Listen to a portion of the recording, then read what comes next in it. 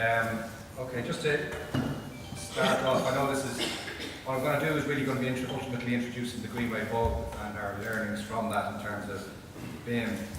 But to start off, I think it's important to note who we are, who the Grangegorman agency is and what we do. We're effectively developers, the hint is in the name. We're not designers, we're not project managers per se. We are a creature of statute. We have about 32, I know it's 30 parts of our act, there's about 9 or 10 particular functions, but effectively what we do is we have a 73-acre site in the centre of Dublin City, and we're developing that on behalf of the taxpayer. And we, in short, we have three key stakeholders, HSE, DIT, and the local community. So how we deliver all of that is about 400,000 square metres of development. We're delivering that through various methods, various procurement routes.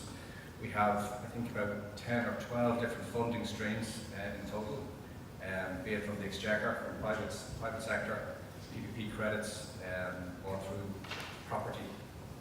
So we have a whole myriad of different types of projects that we're developing. So when it comes to BIM, BIM has to relate to each project on a case-by-case basis. It isn't something that's straightforward. And I know with Robert, it's something that we work on all the time. It's quite complicated. So in terms of where we are now at the moment, we're finishing up one job for the HSE, a primary care facility. We're starting another one for them. So these ones which we're doing for the HSE are largely traditional. So that means, in other words, we get money from the HSE, we go and get a design team, the design team designs it, we go get a contractor, they build it.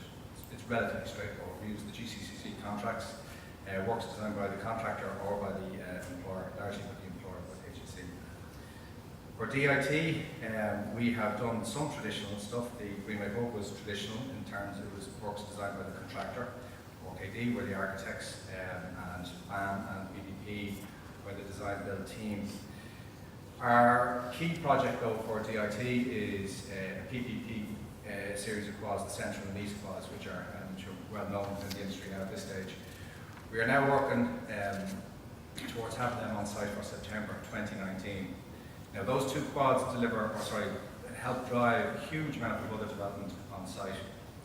I'm currently working on another suite of complementary projects, including student accommodation, which in gross development terms, value, not net construction, it's about 300 million euros worth of expenditure all told.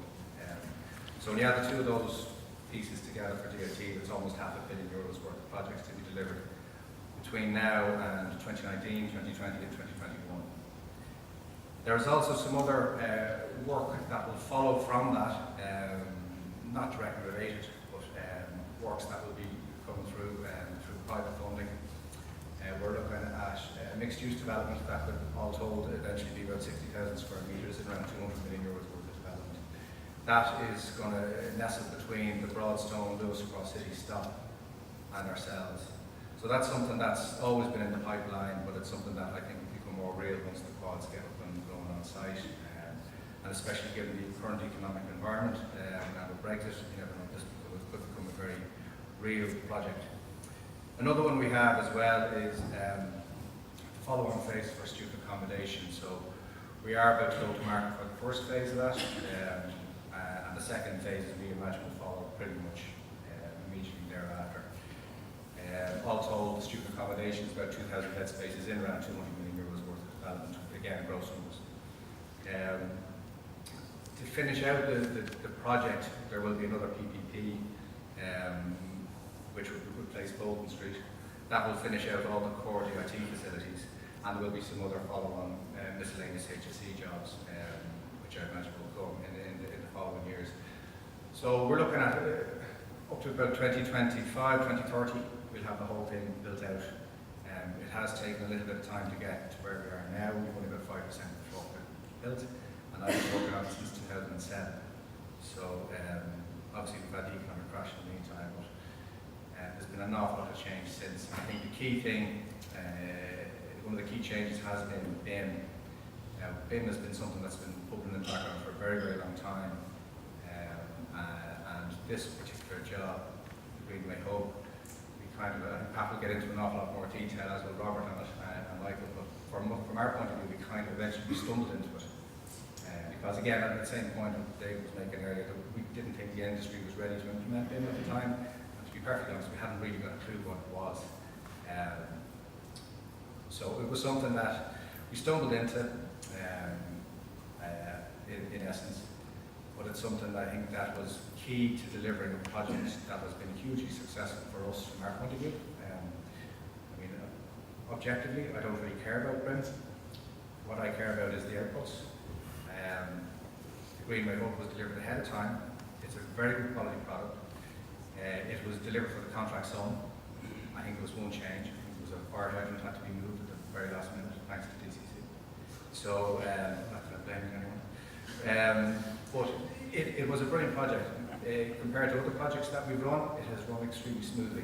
Now, whether that's all down to BIM or not is a matter of conjecture. I think we had an excellent design team, and we had an excellent contractor and his team. So I think that's more fundamental. I think it is always about people. People are the hardest thing to change, but people are the most important part of delivering any project. Systems and structures, of course, are important. But I think I'll let Pat now. Pat O'Sullivan was the project coordinator for the job, so he knows it way more intimately than me. I'll let him get into detail as to how and why they worked for this particular project. Okay?